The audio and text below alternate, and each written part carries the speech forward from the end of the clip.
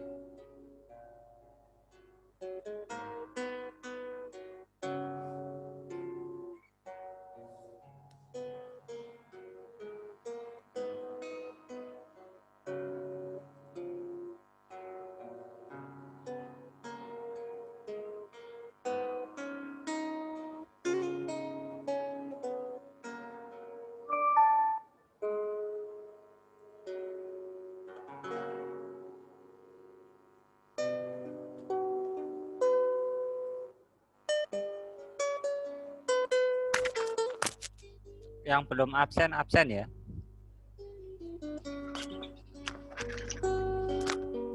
Gimana?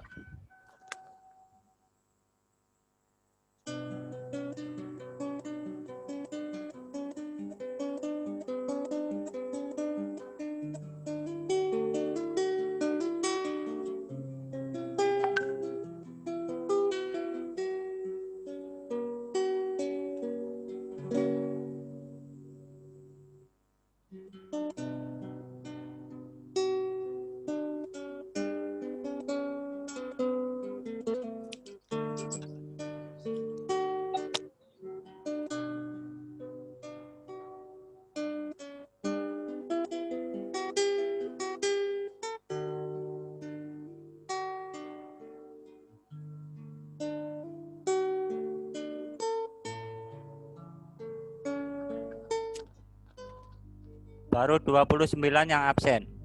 Yang belum absen silakan absen dulu. Iya, Pak.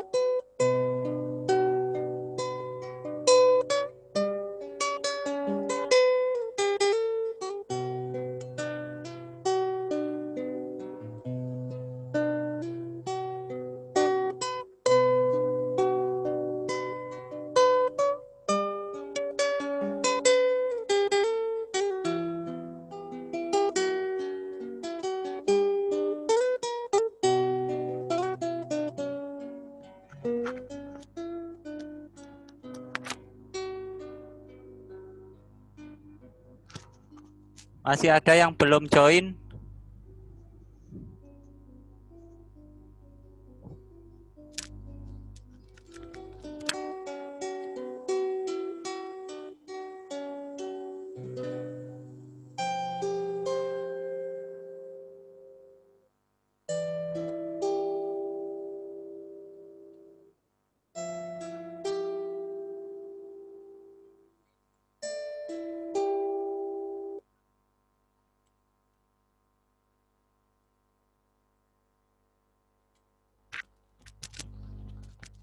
Baik, kita mulai aja.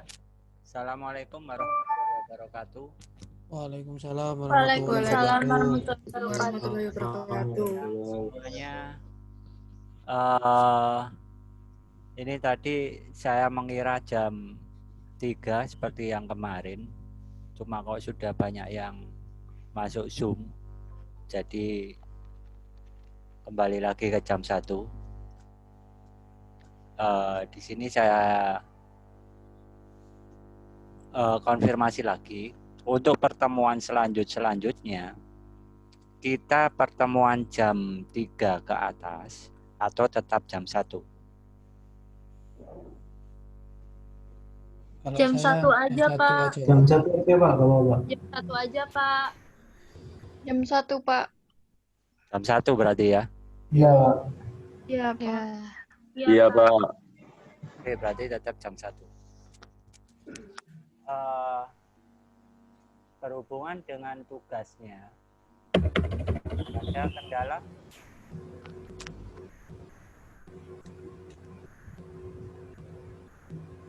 Ada kendala dalam tugasnya? Pak, saya mau tanya, Pak. Ya, Itu mungkin pemahaman saya yang kurang Jawa atau gimana, Pak ya? Ini yang ngasih bobot 3 sama 5 itu setelah apa? Bulan kedepannya itu, Pak. Setelah di forecasting itu bobotnya itu ganti lagi atau tetap yang 3 bobot tadi, Pak? Yang sebelumnya. Tadi bobotnya itu nggak berubah. bobot tetap, bobot tidak berubah-ubah. Oh, alah, iya, Pak. Makasih, Pak. Ada yang lain? Ada yang kendala? Oke.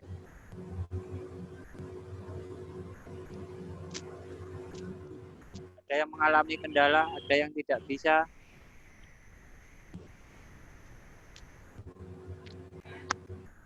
Sudah bisa ya? Dan bisa, Pak. Bisa Pak, insya Allah bisa. Oke, selanjutnya. Saya jelaskan tentang model asosiatif.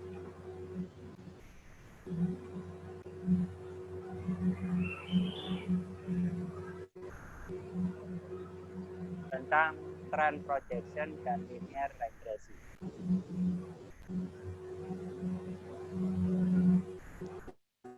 Jadi trend projection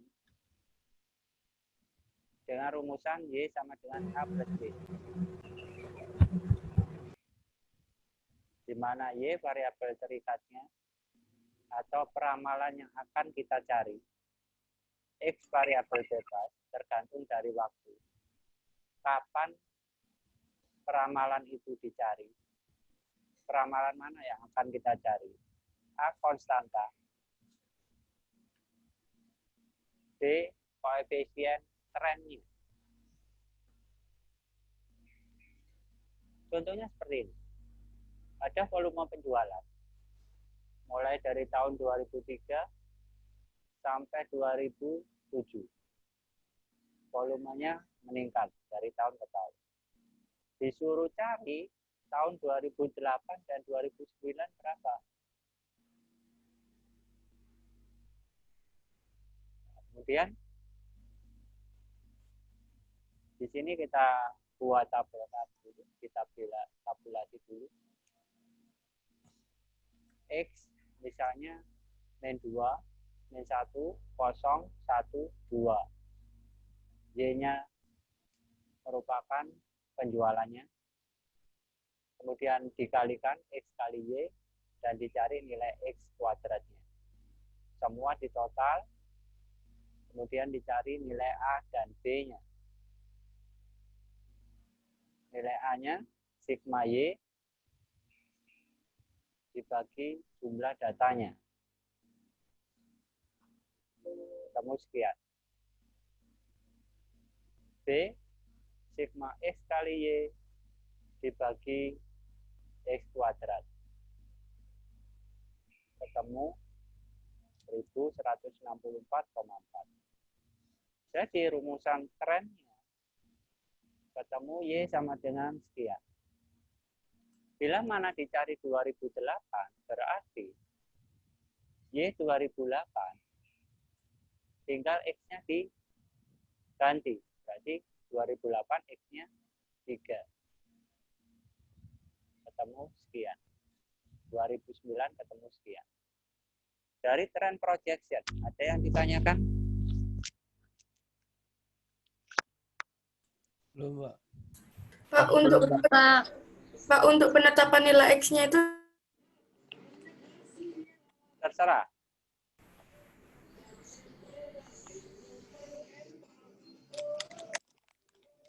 Nilai X di sini terserah. Pak, nilai X-nya itu biasanya datang karena apa, Pak? Maksudnya karena sesuatu apa? Biasanya terjadi karena apa gitu, Pak? X variabel waktu. Artinya apa? Bisa kalian notifikasi memberi angka di situ X 2003 itu 1, 2004 2, 5 itu 3, 4 dan 5. Boleh. Dan juga tidak meninggalkan kaidah, istilahnya kaidah logika. Semakin dekat dengan tahun yang akan diramalkan, berarti nilainya semakin besar. besar. Sama dengan prinsip pembobotan. Lagi yang kurang jelas?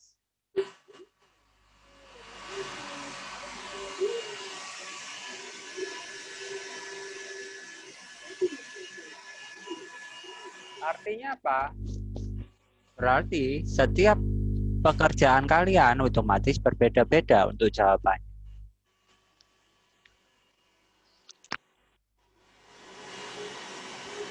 Pak, kalau X-nya saya pakai nilai desimal nggak apa-apa, Pak? Boleh. 0,1, 0,2, 0,3 terserah. Pak, berarti nilai X-nya itu terserah ya, mau pakai negatif atau positif. Terserah. Kalau dikuadratkan kan nilainya tetap positif. Pak, berarti nggak ada ketentuan sigmanya harus 0, Pak ya? Enggak.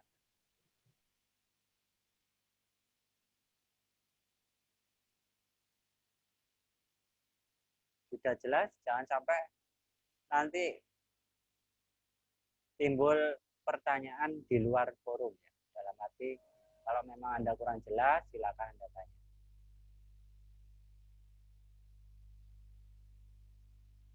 Sudah jelas untuk trend projection? Cukup jelas, Pak. Insya Allah jelas, Pak. Jelas, Pak, jelas. Berarti tugas selanjutnya trend projection untuk minggu depan. Kan 11 peramalan ya. Ya, Pak. Kemudian Baik, Pak. simple linear regresi. Rumusnya sama, tetap Y sama dengan A plus BX. Tetapi di sini nilai berbeda. Kalau X di sini bukan variabel bebas, bukan standar waktu. Berbeda dengan trend projection. Sedangkan A tetap konstanta dan B kalau yang trend projection B-nya koefisien trennya. Sedangkan B di sini koefisien regresinya. Contohnya seperti ini.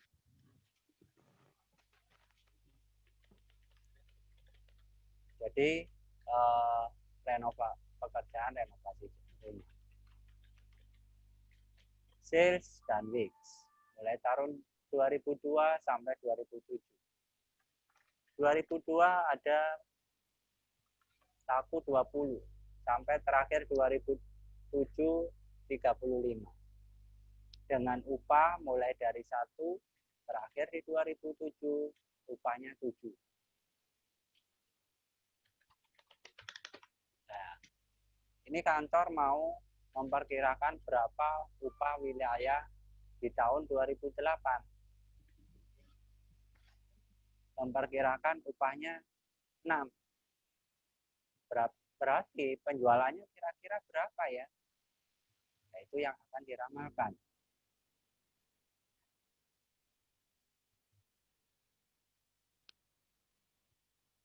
Dicari nilai B dan A-nya. Sama dengan trend projection, cari nilai X kuadratnya X kali Y-nya. Ketemu B-nya 2,5.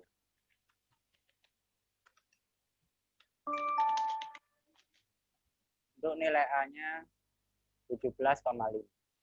Sehingga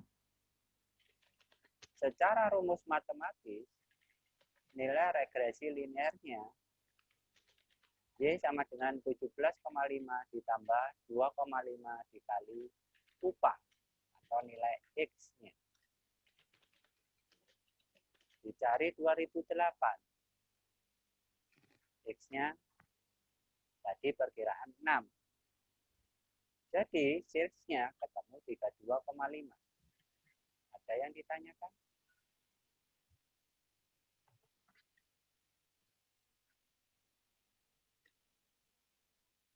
Pak, mau tanya. Ini kan istilahnya kan kita mencari rumus Y sama dengan A plus BX.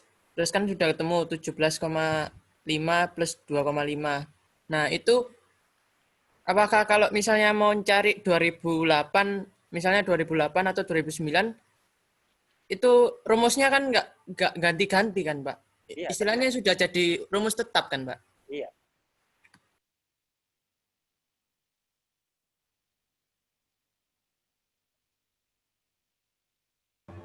Yang berubah hanya nilai X-nya.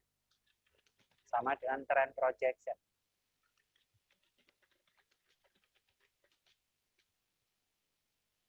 Ada lagi yang kurang jelas?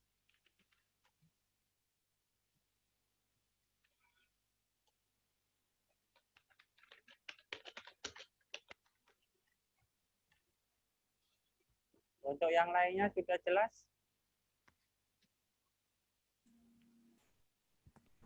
Sedikit jelas, Pak.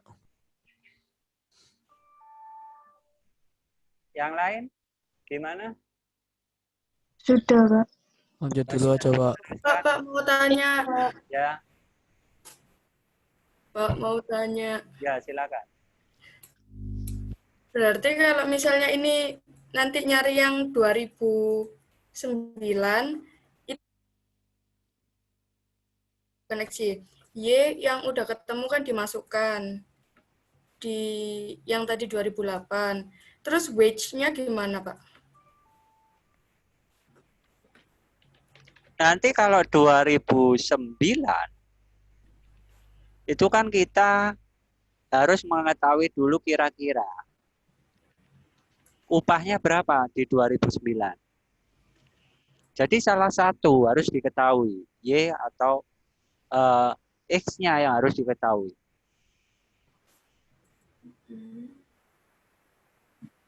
Jadi biasanya kalau upah UMR itu kan kita tahu. UMR tahun depan berapa? Kenaikannya berapa? Nah, itu yang akan dimasukkan. UMR 2 tahun yang akan datang berapa? Itu kan ada rumusan sendiri. Oh, berarti sekian. Nah, perusahaan sudah tahu. Nah, yang kita cari nilai Y-nya.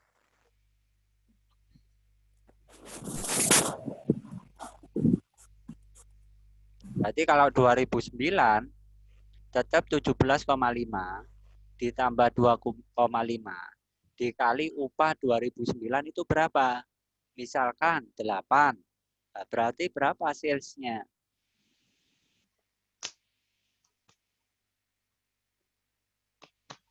Sudah jelas? Jelas, Pak. Terima kasih. Ya, untuk yang lain?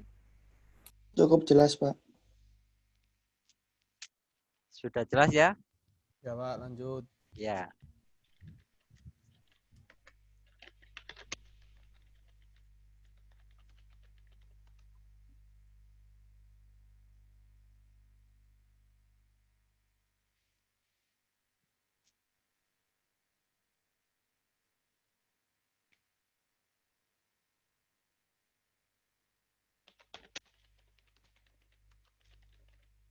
Ini kemarin sudah saya jelaskan. Kemudian langkah-langkah peramalan secara kuantitatif.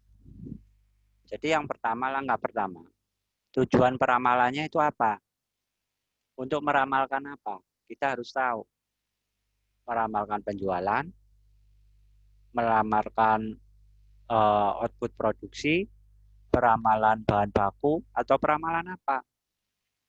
Kemudian langkah yang ketiga, pilih beberapa metode peramalan.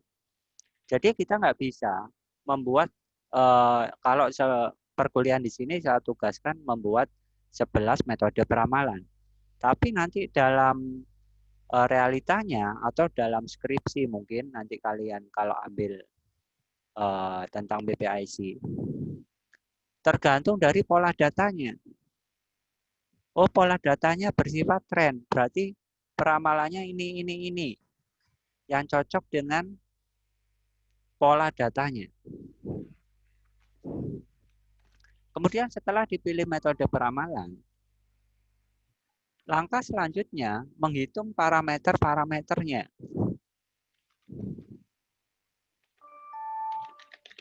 Langkah berikutnya, kesalahan setiap metode peramalan. Jadi nanti setelah 11 metode peramalan kalian hitung kesalahan tiap metodenya. Berapa tingkat errornya masing-masing metode itu. Kemudian langkah berikutnya, pilih metode terkecil. Metode peramalan dengan tingkat kesalahan yang kecil. Itu yang dipilih, yang diimplementasikan. Kemudian dilakukan verifikasi peramalan dari yang terpilih.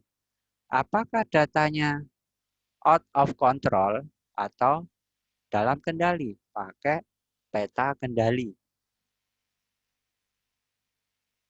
Sudah jelas di sini untuk langkah-langkah peramalan. Kemudian apabila tidak terverifikasi, memilih peramalan dengan tingkat error terkecil berikutnya atau tingkat error yang kedua. Diverifikasi lagi. Masuk dalam peta kendali atau tidak? Kalau masuk berarti itu yang dipilih, diimplementasikan. Sudah jelas? Pak, mau tanya, Pak. Ya. Yang dimaksud verifikasi metodenya itu seperti apa, Pak? Di plotting di peta kendali, peta kontrol.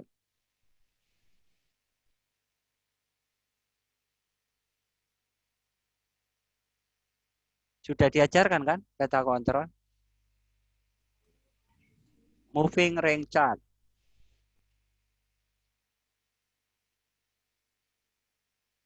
Sudah diajarkan kan mata kuliah sebelumnya?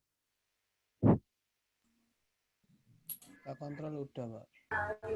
Iya, peta kontrol sudah, mestinya sudah. Ya. Jadi datanya dimasukkan ke dalam peta kontrol. Hasil peramalannya. Nah, itu terkendali apa enggak? Kalau terkendali berarti terverifikasi, berarti peramalan itu yang dipilih.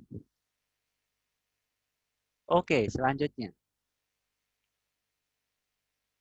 Jadi metode time series.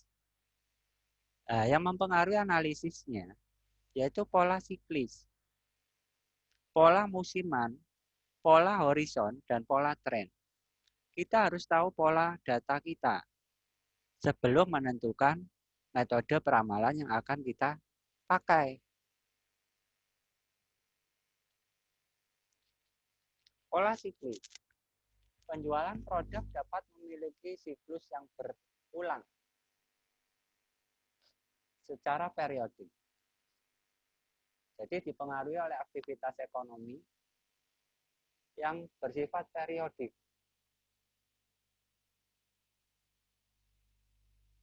Berguna dalam peramalan jangka menengah. Kecenderungan naik dan turun secara terus-menerus. Kemudian pola musiman. Nah, jadi pada saat musimnya permintaan meningkat. Kalau nggak musim, berarti kadang nggak ada permintaan karena bukan musim produknya. Itu menggunakan pola musiman. Kemudian pola horizon.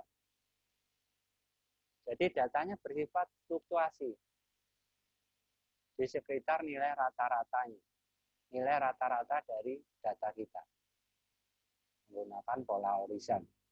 Metode peramalan horizon itu pakai apa? Oh ini. Kemudian pola data trend. Jadi kecenderungan untuk naik atau turun. Kalau naik, terus naik. Kalau turun, terus menerus turun. Itu mengikuti pola trend. Nah, secara grafis seperti ini. Kalau pola siklis, nah, seperti ini. Plotting datanya seperti ini. Kemudian kalau pola horizon, bersifat fluktuatif, yang sangat tinggi. Sedangkan pola musiman, naik pada saat musimnya, dan turun kalau sudah tidak musim. Kalau data tren, sifatnya seperti ini. Cenderung naik.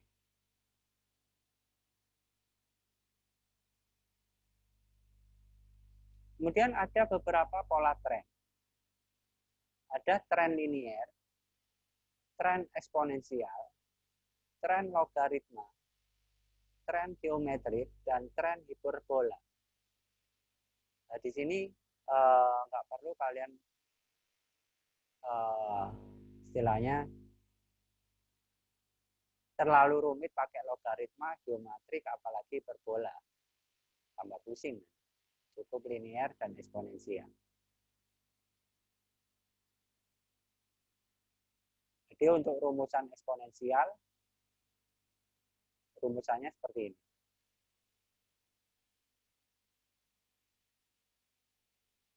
Nah, kalau logaritma, nanti pusing. Nggak perlu ya.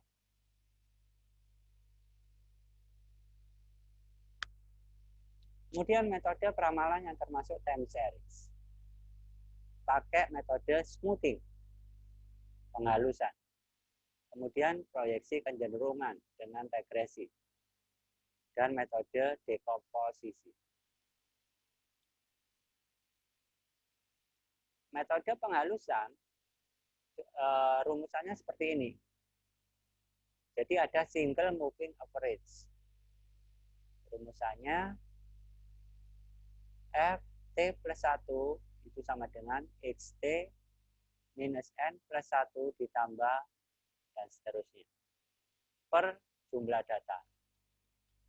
Langkah pertama, hitung single moving average-nya dan seterusnya. Sampai dengan ketemu untuk forecast-nya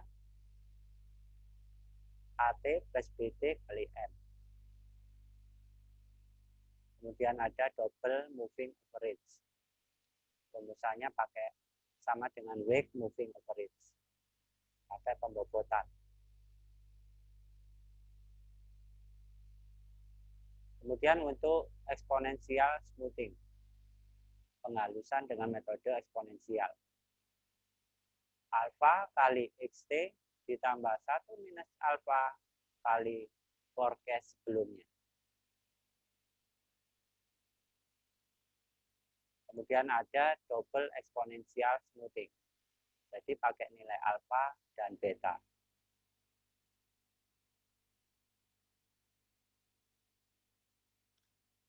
Untuk kuadratis, tidak usah.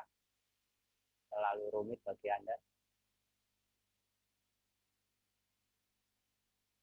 Siklis tidak usah.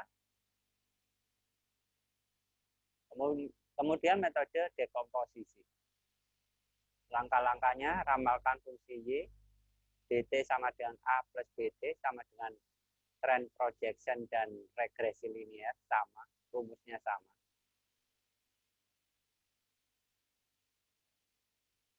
Nah, kemudian yang langkah yang tadi, setelah kita menentukan peramalan, kita cari tingkat kesalahannya, error dari peramalan kita. Yang pertama, kita hitung MSE-nya, mean square error. Rumusannya di mana sigma n T sama dengan 1, XT dikurangi FT kuadrat per N.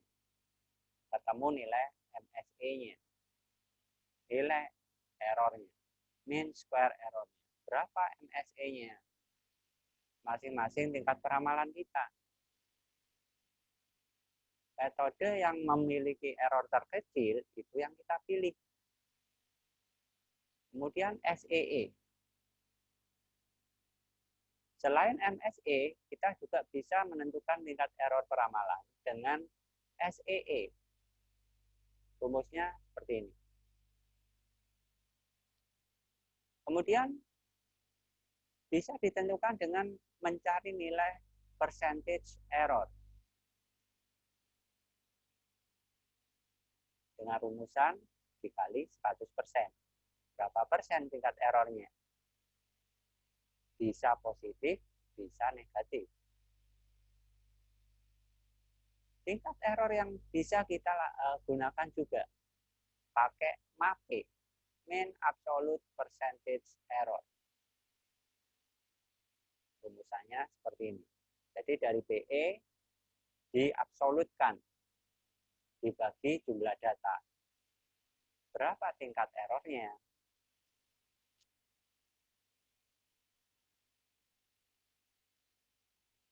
Jadi dari sini kita membuat suatu hipotesa. Apakah metode peramalan lebih baik daripada metode Y? Dalam arti kita di sini mencari seberapa besar tingkat keberhasilan peramalan kita.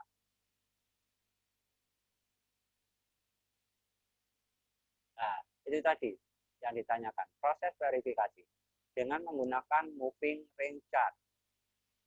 Seperti apa? Seperti ini. Untuk cari batas atas, rumusnya 2,66 dikali MR. Central line-nya, kemudian batas bawahnya, rumusannya seperti ini. Pastinya sudah diajarkan. Nah, jadi kalau ada data yang di luar kontrol, maka kita memilih peramalan yang nilai terkecil error berikutnya. Baru metode peramalan itu dilakukan verifikasi lagi dengan MRC. Nah, rumusannya seperti ini. Untuk mencari MR. DT, D aksen T dikurangi DT, absolut dikurangi D aksen T min 1 dikurangi D T min 1. Ketemu nilai MR. Kalau yang sudah lupa untuk cari nilai MR-nya. Dicari rata-rata MR-nya ketemu. Untuk UCL, LCL, batas atas dan batas bawahnya nanti ketemu, baru datanya di plotting. Di atas UCL atau di bawah UCL, ada yang di luar ini atau semua masuk. Kalau semua masuk berarti metode itu yang dipilih. Kalau ada yang di luar batas ini, berarti kita memilih metode peramalan dengan tingkat error terkecil berikutnya.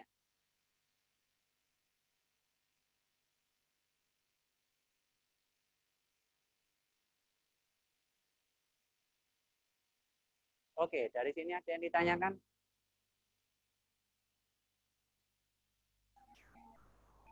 Kalau saya belum, Pak. Untuk yang lain ada yang ditanyakan?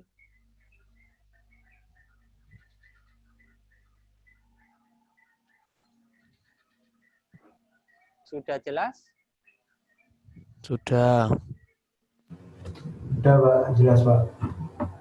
Jadi untuk tugas selanjutnya, dari 11 metode peramalan yang kalian hitung, cari tingkat kesalahan masing-masing metode peramalan. Kemudian lakukan verifikasi peramalan. Ada yang ditanyakan? Itu untuk mengetahui errornya pakai metode yang mana, Pak? Apa terserah? Mengetahui Tingkat errornya.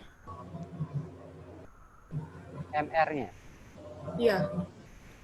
Ya itu tadi yang saya jelaskan tadi. Oke.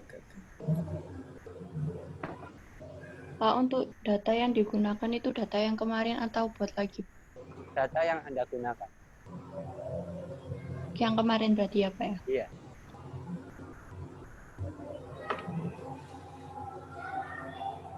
Ada lagi yang kurang jelas?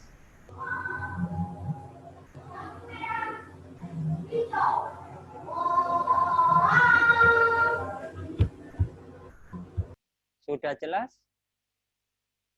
Ampun, Pak. Pak, Ya. pertemuan yang ini ada di YouTube, tak, Pak? Iya, nanti saya YouTube-kan. Oke, Pak. Nanti diulang Kasih. lagi, Pak. Jadi nanti yang kurang jelas bisa melihat lagi video yang saya share ya. Baik. Jadi jangan buru-buru tanya dulu, pahami dulu apa yang sudah saya terangkan. Ada pertanyaan sebelum saya akhiri? Pak, email yang saya gunakan di Google Classroom, Pak. Kalau misalnya diganti, boleh nggak, Pak? Boleh. Tapi nggak bisa itu, Pak. Harus yang udah kedaftar di e-learning. Kemarin saya coba. Saya rasa nggak bisa kalau pakai email e-learning. Kalau Google Classroom. Kalau pakai Tapi email UPN nggak bisa. kode kelasnya nggak ada ya, Pak. Kemarin saya cari. Kan sudah saya share. Gimana, Pak? Belum saya share. Belum, Pak. Kemarin itu link yang ada di e-learning.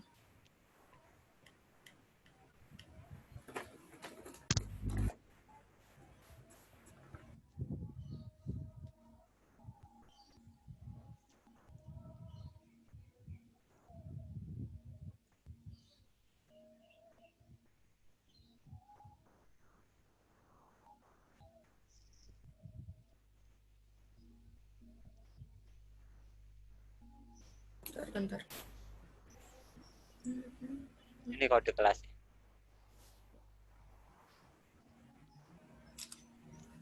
Ya, Pak. Terima kasih, Pak. Ada lagi yang punya kendala untuk pengumpulan tugas?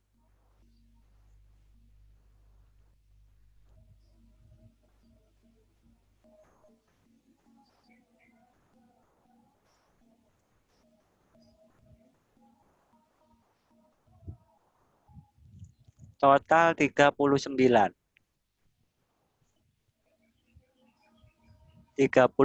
baru menyerahkan. Berarti kurang 2 orang belum menyerahkan.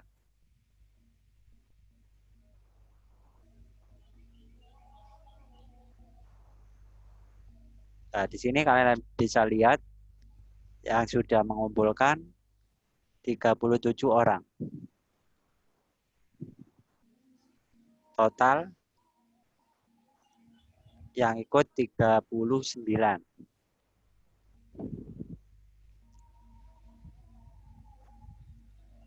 Di sini yang join 38. William Darmawan belum mengumpulkan. Ada? William Darmawan? Kalau itu yang di atas itu sudah apa belum, Pak? Di atas siapa? Itu ada 2, William Darmawan. Bawah, Pak, di bawah. Di bawahnya, Pak. Atasnya Yusuf. Oh ya. Berarti ini Sadel ya? Iya, Pak.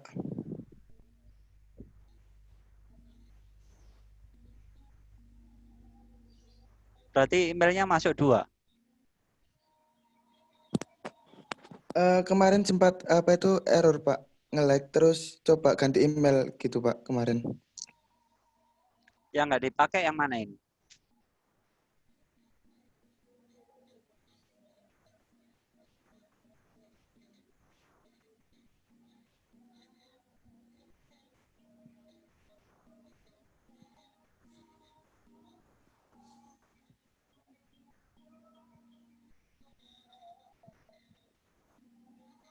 Berarti kalau pakai itu nanti pakai itu terus ya? Baik, Pak, ya. Ya. Berarti 2 orang belum join Classroom. Nanti sambil diingatkan siapa yang belum join ya. Ada yang ditanyakan? Pak, mau tanya. Ya. Tadi kan 11 metode ya, Pak. Iya. Kalau boleh tahu apa aja ya, Pak, 11 metode itu? Kan sudah saya sebutkan tadi beberapa. Tinggal Anda cari sisanya. Itu termasuk yang kemarin itu juga nggak, Pak? Yang MAWMA Iya. 35. Oh, ya. Baik, terima kasih, Pak. Iya.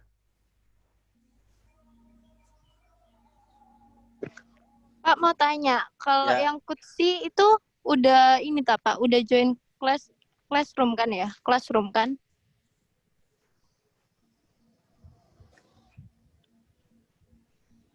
Sebentar. Udah ya Sudah. Pak? Ya, sudah. Oh iya, makasih Pak. Ya. Ada lagi yang ditanyakan? Cukup, Pak. Oke, kalau sudah nggak ada yang ditanyakan, saya kira perkuliahan hari ini cukup sekian. Terima kasih. Assalamualaikum warahmatullahi wabarakatuh. Waalaikumsalam warahmatullahi wabarakatuh. Warahmatullahi wabarakatuh. Terima kasih, Pak. Ya, sama-sama. Makasih Pak.